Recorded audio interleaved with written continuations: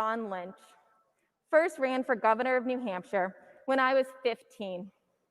He was then in office until I was 23, which means I've been exposed to politics for a significant part of my life.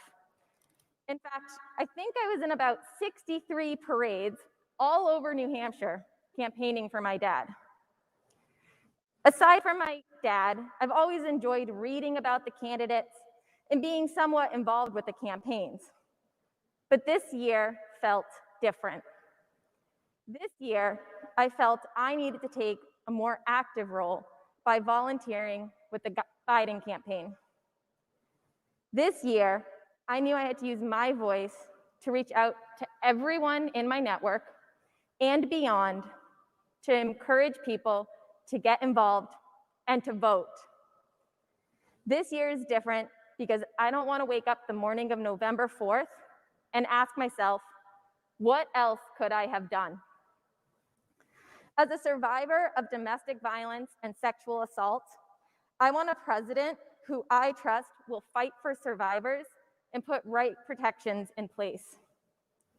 With more than 1 in 3 women being subjected to physical violence, rape, and/or stalking by a partner at some point in their lives, I want a president who is willing to change this statistic and protect women who stand up to their abusers. Joe and Jill Biden have fought for women for decades and will continue this fight to protect women and end once and for all gender-based violence. As someone who's had to navigate the healthcare system as a patient and who works in the healthcare industry, I understand how difficult it is. I want a president who's going to fight to help make healthcare more accessible, more affordable, and focused on the patient. I can't imagine the single mother working 3 jobs, taking care of her kids, taking care of her aging parents, and having to navigate the healthcare system, and pay for prescriptions with no insurance. This is not right. It's not fair. Joe Biden has a plan he has already laid out to protect and expand upon the ACA and ensure every American has healthcare coverage. Increasing healthcare access is important to me. It's important for men, for women, for kids, and for all Granite Staters. As a woman who is thinking of starting a family, I want to feel like I can bring a child into a safe world where everyone is respected and loved by our president. As Dr. Biden knows firsthand, post-secondary education changes lives. And I want my kids to be able to afford to go to college. And they deserve to live in a world where we are actively fighting climate change and trying to make the world a better place. I know Joe Biden is this president. He will fight for all these things and so much more. Vice President Joe Biden, Dr. Jill Biden, and Senator Kamala Harris will listen to the American people, to the Granite Staters, to women, and fight for each and every one of us. Together, they will help build back better and set the country up to be better for our generation, our kids' generation, and our grandchildren's generation. These are some of the reasons behind my energy and courage to reach out to people in my network and beyond and ask, what is your plan to vote? How can I help you make a plan? On the days where I get nervous to message a person I haven't spoken to in years, I remind myself that this election is bigger than me, and the potential to increase one more vote for Biden is worth the embarrassment I might feel for that person not responding. And on my weakest days, I think of RBG.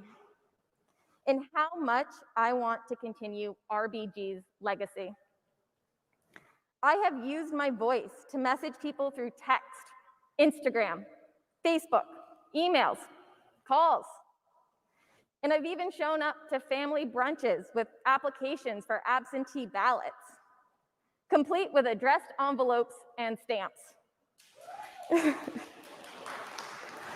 I basically give people zero excuses to not vote and make it extremely easy for them. For the people who say, nah, I'm gonna sit this election out, I ask, why? Let's discuss. My dad used to always say, we live in the greatest state, in the greatest country in the world. I believe this is true, but I think there's a lot of work that needs to be done to recover from the last 4 years. This is why I'm supporting Joe Biden and Kamala Harris, and this is why I'm fighting every day to get them elected. I now have the honor and privilege to introduce to you Ann Ketterer, the New Hampshire Democratic Party Women's Caucus co-chair. Thank you.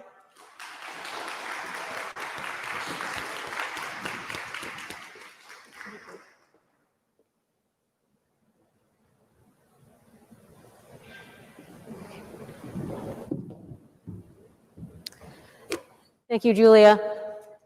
And thank you all for being here. Looking out among you all, it's nice to see so many faces, or at least half your faces. I actually see a beautiful patchwork of many different colors of masks, and I like it. I want to say a special thank you to the party for organizing this event. It's not easy to get this done in a way that is safe so that we all feel secure about our health, but it's so meaningful to me to be here with all of you amazing women in person. It means a great deal. So thank you to the party for helping with this event.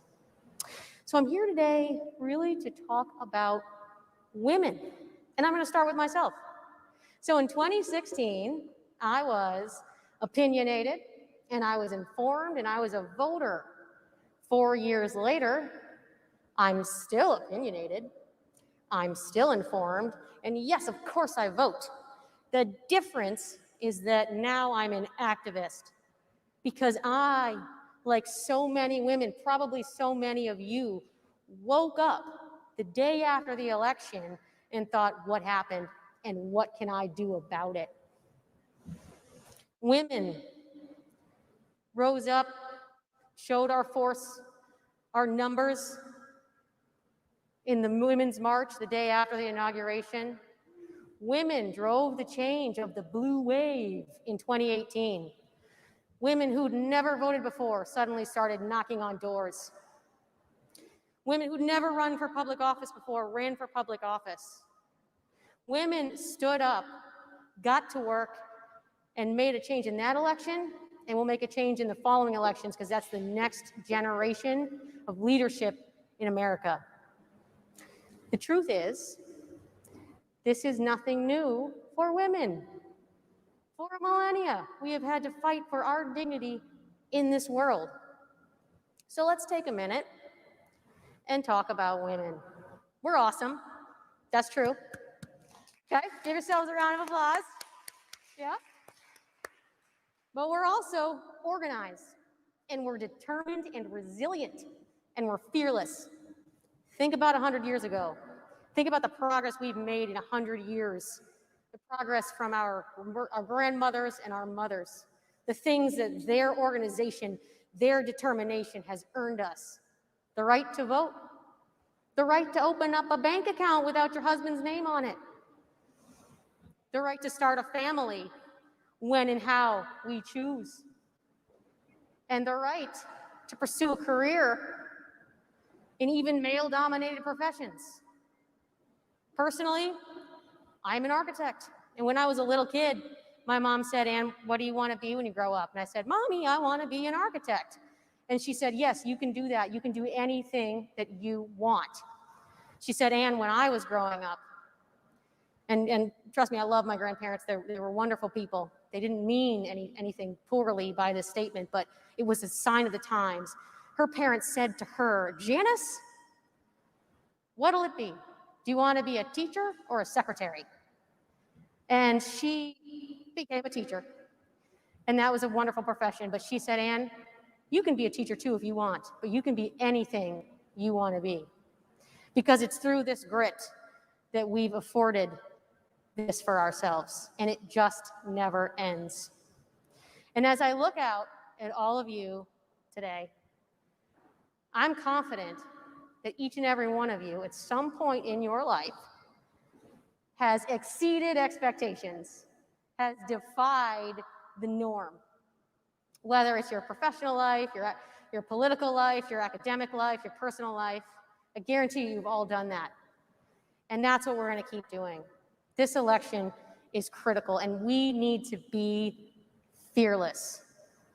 What does that mean?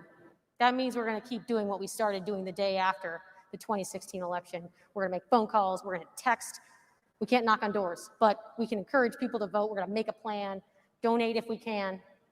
But I'm here to ask you, to charge to you, call your friends, call your loved ones, call your neighbors, call your coworkers, call people that you think are undecided, or maybe they voted for Trump last time because why not? Call them and ask them, talk to them about COVID-19, about what the last 6 months of our lives, of what your life in this pandemic has been like. Your mental health, your 401k, your job security, your kids' education, talk to them. Talk to them about healthcare, what healthcare means to you and your family. And talk to them about civility, because I remember a time when the tone in Washington was different. And women, we are fearless. We can do this. We're going to have the awkward conversations. We're going to get out the vote. And just as we have always done, we're going to create this change. And women, it's not the Supreme Court of the United States that's going to make Joe Biden our next president. It's us. And I'm excited to present the next speaker, my friend and neighbor, the president of the New Hampshire Young Democrats, Ms. Ashley Marku, an impressive woman.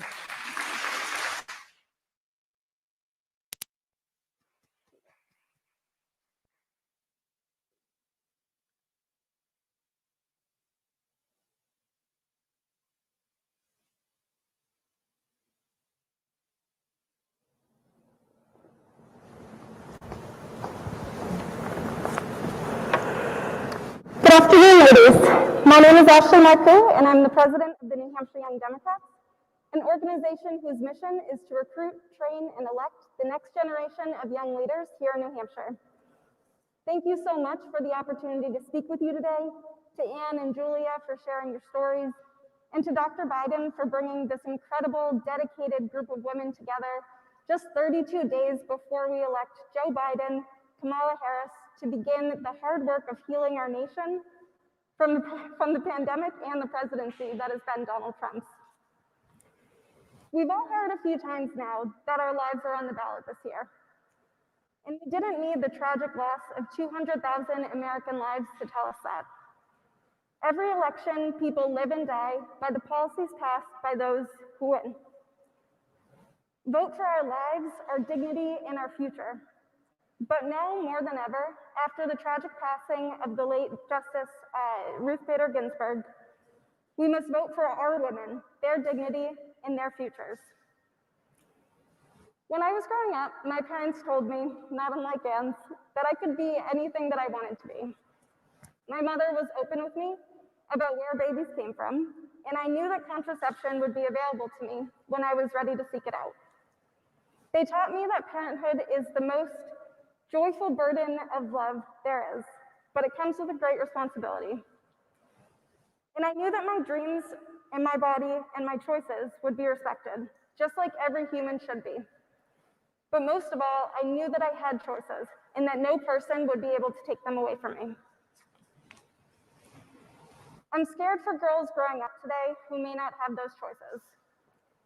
Donald Trump made his respect for women clear before he was even our president. Between treating his daughter like an object to where he grabs women when he thinks no one is listening, it's clear that he has none, and that he spent his presidency attempting to strip women of their autonomy, dignity, and equal rights. But we will not go back here in New Hampshire, and together we will vote.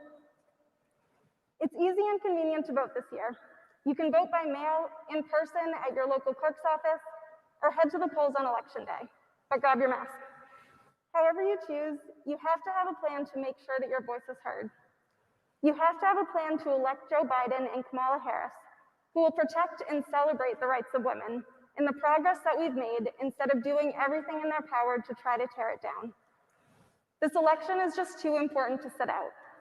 So stand up, make a plan to elect Joe Biden, who will be a president that will ensure that our daughters and sons have the choices, dignity, and rights that they deserve. Thank you.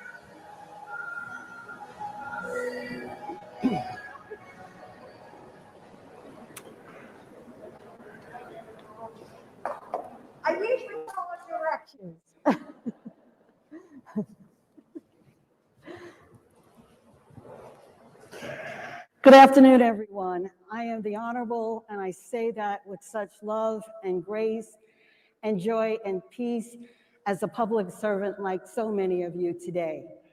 I'd like to make a couple of remarks that the campaign suggested. We are praying for a safe recovery for the Trumps. Since the start of COVID-19, the campaign's top priority has been the health of voters across the country.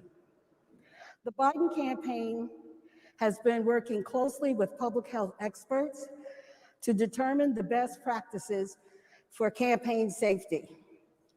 They will continue to campaign with public health as our top priority.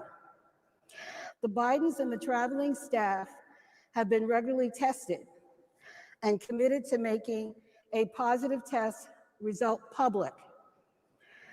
After Tuesday's debate, the campaign is taking extra precautions to make sure Vice President Biden, Dr. Jill Biden, and all the travelers are safe. Now I'd like to begin my remarks. You know, we are New Hampshire, and we are first. And we are the Granite State, and we are working women.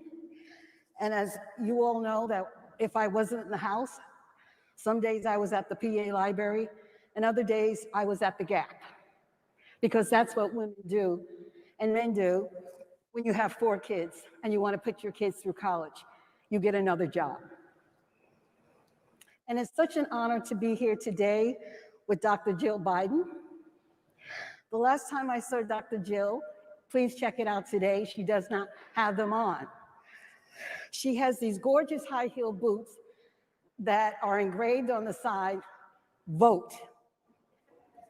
So whenever you see a picture of her next time, look for those boots that say vote. They're for more than walking. Together we are joining a movement which was started over a century ago by the suffragettes and activists who fought for our right as women to have our voices heard. And I know some of you saw the American Experience film on the vote. And you saw a number of women who worked very, very hard, but as you know, it took many, many years to get the right to vote. And I stand here standing in the shoes of my sisters, gladly. And today, 100 years after New Hampshire ratified the 19th Amendment, together we make up the movement that's going to win this election and change our country forever. Yesterday at the United Nations, we celebrated the 25th anniversary of the Beijing conference. As our beloved speaker, Terry Norelli, myself, and 12 others were in Beijing at that time. Terry and I both decided that when we returned home, we would run for office. But more than that, we wanted to share that experience. And our wonderful governor, Jeanne Shaheen, and it was the first and the last time that 500 women took over the State House and we brought back Beijing. The women who were there committed themselves to running for public office themselves. I myself decided to go under the tutelage of our state senator, who was retired this year, Martha Fuller Clark. For Martha, I thank her for her mentorship. For all of these years, she sat down with me in the basement of the State House to get legislation through. And the first bill that we did was the CEDAW bill, the Convention to Eliminate All Forms of Discrimination Against Women. For Martha to teach me how to be a legislator, I will never forget. I didn't get a chance to see Martha when she was coming in, but I hope my words and greeting and love and respect say so much. Martha, can you please stand up?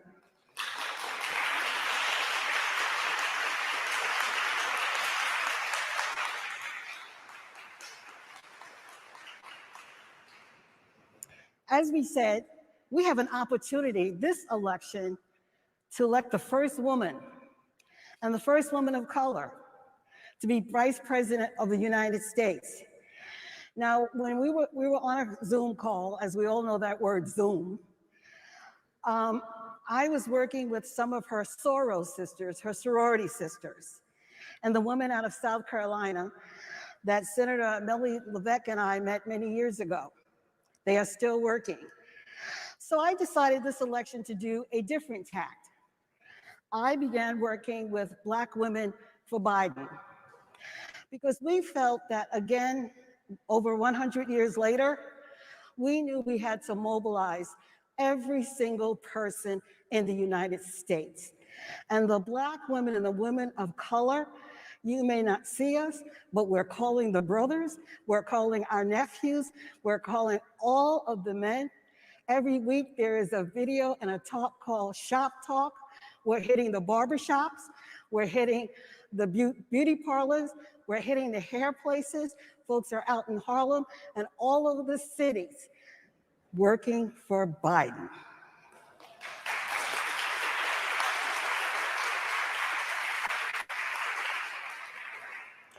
We also have an opportunity to return Dr. Jill Biden to the White House. Many years ago, and Joanne Dowdell is not here, but Dr. Jill Biden invited a number of us from around the country to Blair House. Wow, was she an entertainer? It wasn't the food, it wasn't the drinks. It was her care and love of asking each one of us, how are you doing? What's going on in your lives? And we had a good time. For that time, I will never forget her love and hospitality. Thank you again, Dr. Jill. As we know, Dr. Jill is also a champion for education. And I love it. She's at community colleges because, as we all know, sometimes going to a four-year college is not the right fit right away. Some of us, you just weren't mature enough. But that two-year college made up for everything you weren't doing in high school, but it also gave you that sense of who you are as a person. And for what she did as a champion for military and veteran families, for healthcare, and for the fight of cancer, because she worked on breast cancer, as I recall. So thank you so very much. But to get there, we have work to do. So at this point, I need you all to stand up, because you need to stand up, ladies. Everybody stand up? Okay. Now, where I come from, you got to plant your feet on the ground. I changed out of my high heels and put on my flats. So we have about 5 times that you're going to say the words, not on our watch. So here it goes. Because Donald Trump's not going to go easily, not on my watch. Can you all say that? Not on our watch. Donald Trump wants 4 more years of moving backwards. Not on our watch. Donald Trump wants to strip healthcare from 100,000 Granite Staters. What do we say? Not on our watch. Donald Trump wants an economy that penalizes women for wanting a career and a family. What do we say? And as we've seen with the Supreme Court nomination, a country where women aren't free to make decisions about their own bodies, what do we say? For 4 years, Donald Trump has shown he's not willing to put in the work to lift working women up. And we know we're cooking more because we can't go to restaurants. So what do we say? Not on our watch. Thank you very much. Let's have a seat. Joe Biden has spent his career as an advocate of gender equality. As the author of the Violence Against Women Act, a proponent of the Lilly Ledbetter Fair Pay Act in the Obama administration. And I know I look young, but I remember when I got my first credit card, it had to be in the name of my husband. And you all know how I love Russell, but I wanted my own credit card. And thanks to Dr. Ruth Bader Ginsburg, we now have credit cards in our own name.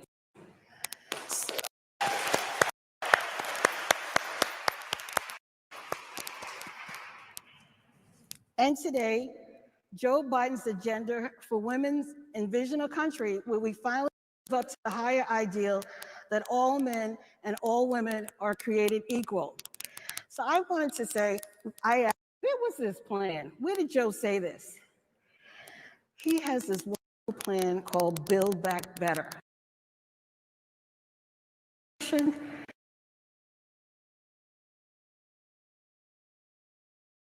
He talked to a woman who has worked hard.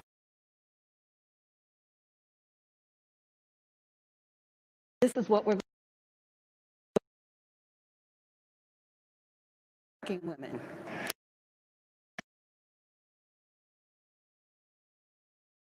Violence against women, creating a 21st century caregiving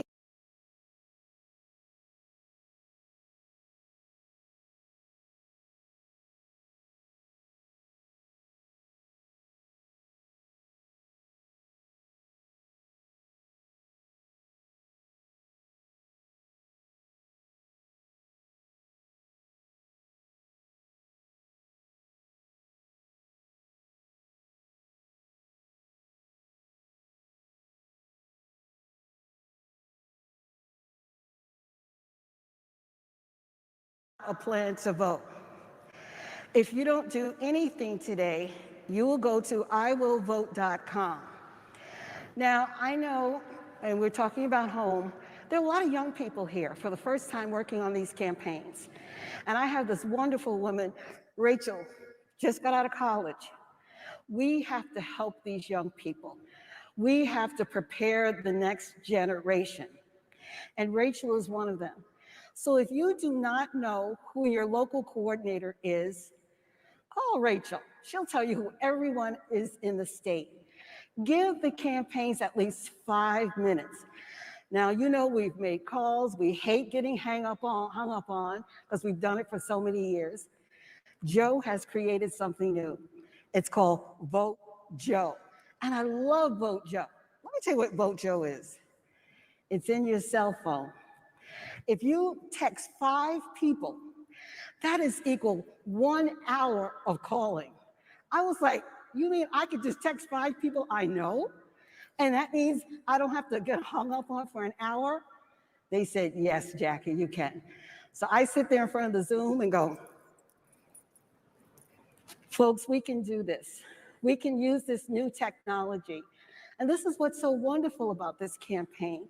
Joe and these young people have upped this campaign to put us in the 21st century. And it's hard for some of us. I now wear blue glasses because I'm on Zoom so much. Get some staples, it's worth it. So we will make a plan today. Can we all come in it and say, yes, we will? We can make the difference in this election to put Joe and Jill and my girl Kamala and Doug, we all love Doug, in the White House. Thank you so very much. It's been an honor. And I'd love to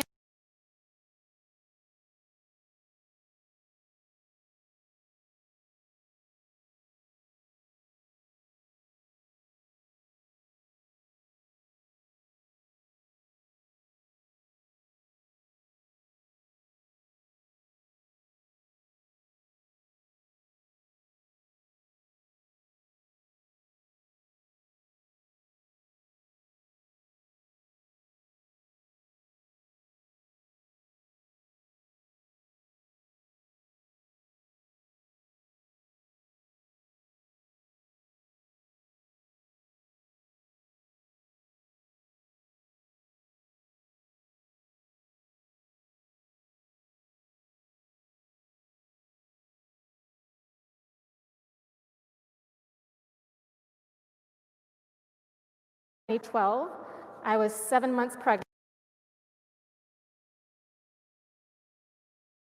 I didn't know any.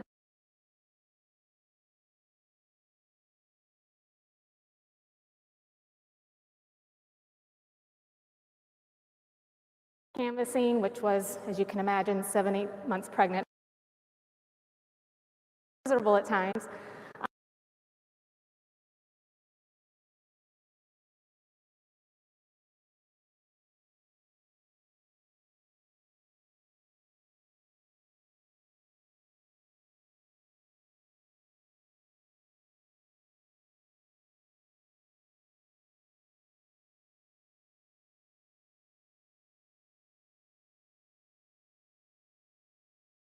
election, and I absolutely refuse to sit on the sidelines. Years from now, I refuse to look at my kids in their eyes and say to them, I did nothing. I can't live with that, and this is why I volunteer. There are many issues that I hold dear to my heart, some of them being climate change. Having lived on the coast, I've seen firsthand the devastation that hurricanes can have on communities, particularly those of color and low-income areas. Equality for the LGBTQ and community is also a very important issue for me. Ending gun violence. No parent should fear their child going to school and being in harm's way. No parent should have to grieve a child losing their life in the streets or at the hands of a police officer. Education, healthcare, immigration, COVID-19, and the reopening of our schools for our children. Systemic racism. All of these things are on the ballot, and they could not be more important. And then there's women's rights, which I know is much of our focus today. I want my daughter Riley to grow up in a society where she gets equal pay for the same work as men, where she can make her own decisions about her body regarding healthcare. And I don't want her to have to decide between starting a family and continuing with her career. And I know that Biden has a plan for these things so that she will have those opportunities in the future. But with all of these issues, for the last 4 years, Donald Trump has failed us. And especially now in this pandemic with COVID, after millions of Americans have lost their jobs from a mismanaged economic recession, including thousands of Granite Staters, 200,000 Americans have died, and that number is climbing each and every day, and more than 430 of them right here in New Hampshire. President Trump refuses to listen to the scientists and the experts and to address the severity of this virus. So it's clear there's no rock bottom that Donald Trump would be faced with that would change his ways. When we feel like our voices don't matter or that our system is broken, Trump wins. But Americans are waking up and rejecting his division, and women are the ones leading the charge. I'm here today for my kids, my daughter Riley and my son Reese, who I want to grow up with a president and first lady they can look up to as a role model, not one who mocks a disabled reporter or who mocks Greta Thunberg, an environmental activist, and a child who has Asperger's, a president who disrespects our veterans, women, and who unequivocally refuses to condemn white supremacists at the very first opportunity to do so. I'm here for the first female vice president and one of color, which will show my daughter Riley that any woman in America can do anything she wants to, that she can be anything in this world. I'm here today also because the steps that we take now, even after 4 years of chaos, can pull us back towards the country I know and love dearly. And as Joe often says, we can finally start to restore the soul of our nation. And as he also says, here's the deal. For the future of our country, for our children, we need to elect Joe Biden and Kamala Harris and vote Democrats up and down the ballot. And to do all these things and more, we need to vote. So critically important. And we need to vote like our lives depend on it, because they do. You need to contact friends and family. You can do that when you leave this event today. Ask them what their plans are to vote. Are they going to vote via absentee? Are they going to go vote early, go there in person?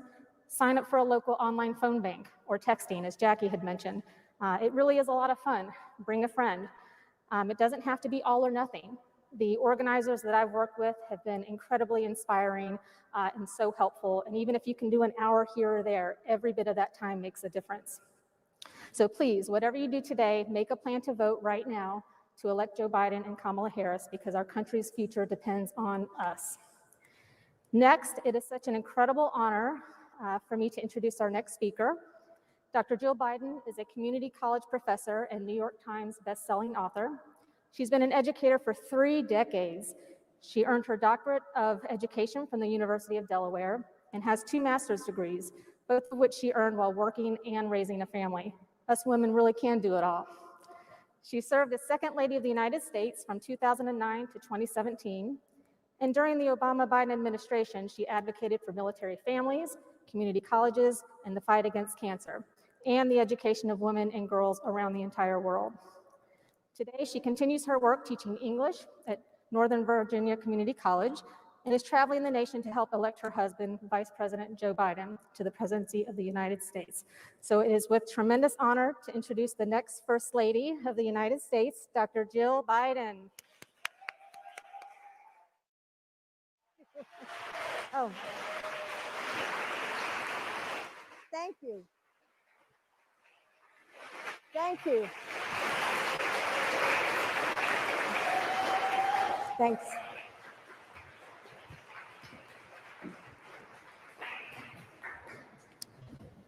Thank you, Courtney. And thank you, Riley, for joining us today. And I know that time is precious, and that's especially true when you're a mom of a 7-year-old and a 4-year-old in this time of the pandemic. Still, you make time to work for the causes that you care about, like protecting our environment and for kids like Riley, and electing the kind of leaders that we need. So we're grateful to have you on our team, both of you. And Riley showed me she can do something that no one else in this room can do. What do you think, Riley? You want to show them? Wait, come over here, Riley, come over here and show them.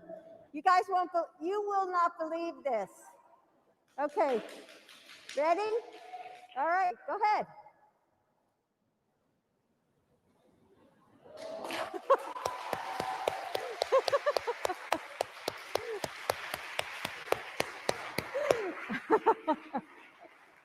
Pretty spectacular, right? Anybody want to try it?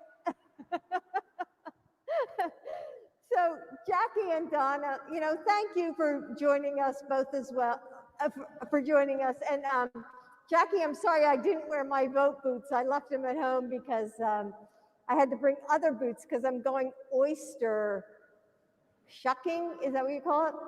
Later, after I leave here, so I had to wear my real high boots to go wade in the water and get oysters. But anyway, Jackie and Donna have both been really effective leaders here in New Hampshire. When I first met Donna, we sat for 2 hours and discussed everything but politics. I think we would talk books and clothes and, just everything. So we instantly hit it off as friends. So Donna, thank you so much for your friendship. And we'll have to talk books after this. So let me start by sending my thoughts and prayers for the health and safety of the President and the First Lady after they tested positive for COVID-19.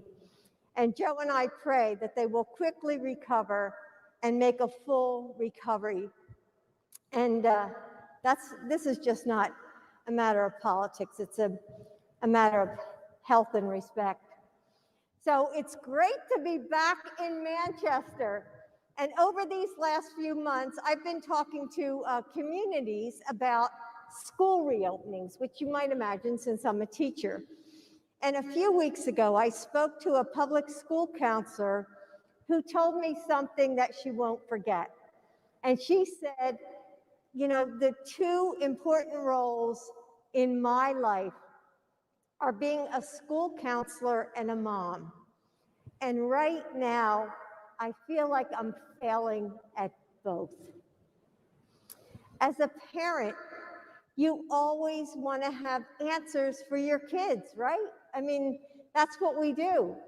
But these last 4 years, so many parents have told me that they really have more questions than answers.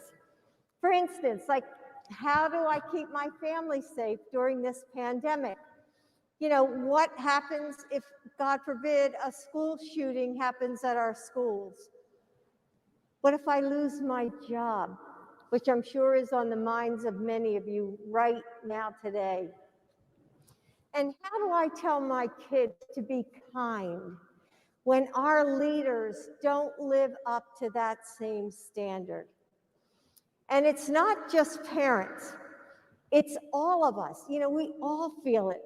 The chaos of this moment and the magnitude of all the loss that surrounds us right now. Still, we keep going, don't we? You know, we keep helping our neighbors and showing up for each other. We keep hoping for the better. What else can we do? You know, Joe and I know that feeling well.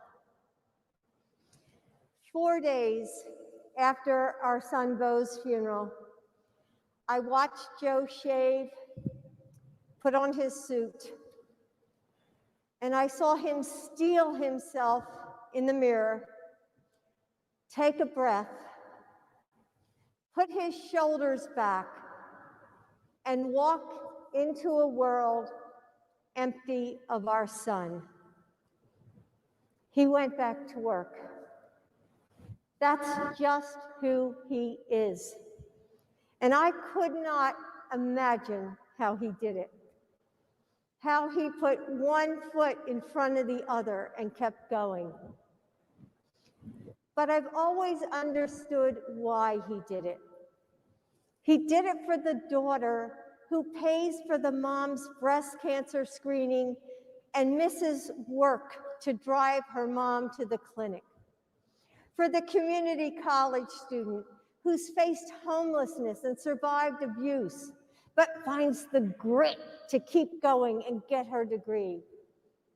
For the little boy whose mom is serving in Iraq as a Marine, who puts on this brave face when he gets on that video call, when all he wants is, is to see her, just see her and be with her for his birthday. He does it for you. He does it for us. Joe has spent his entire career listening to people and bringing people together. He will be a president for all Americans.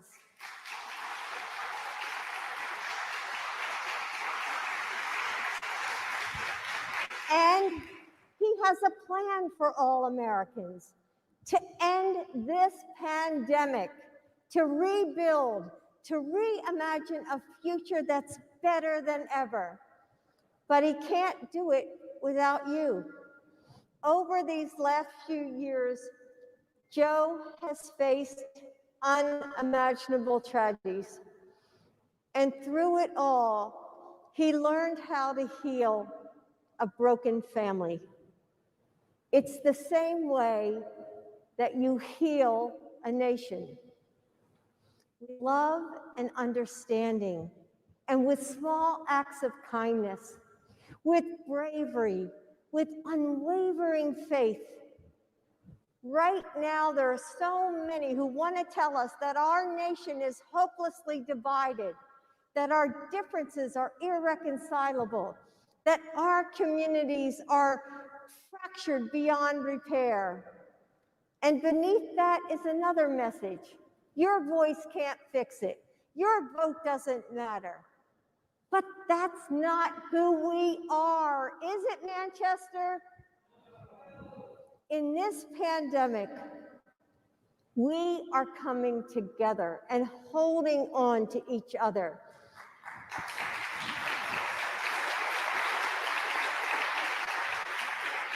We're finding mercy and grace in the moments that we may have once taken for granted. We're seeing that our differences are precious and that our similarities are infinite. Democrat and Republican, urban and rural, north and south, coast to coast, our communities are showing that the heart of this nation still beats with kindness and courage.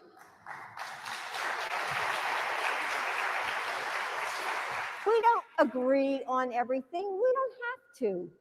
We can still love and respect one another, can't we? We care more about people than politics. And we know we're not broken. We're becoming something new.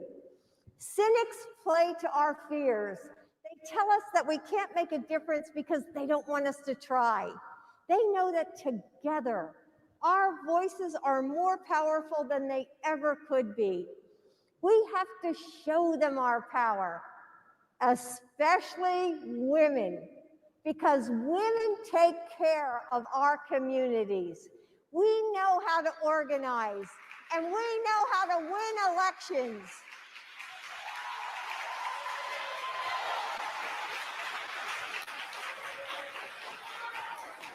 I can see you're ready. This is our moment. We have to show them that we're not going to sit by and watch what happens. We're going to take control and decide what happens. Here in New Hampshire, ballots are available right now. So make a plan by going to iwillvote.com and help your family and your friends make a plan to vote. And then get involved. I know you're like swamped with stuff to do. You know, I know you're tired and you're stretched thin, but this is too important to sit it out. So we have to do everything we can. So text JOIN to 30330 to find out ways to volunteer. But I'm sure you're all doing this already. I know who you are. So this is it. There are no do-overs. In this election, we have to believe that our communities are stronger than the challenges they face, because they are. We have to believe that our votes matter, because they do. We have to show up right now, put our shoulders back, and work like we have never worked before. Will you join us? Will you help show our nation that we will never settle for less than our highest aspirations?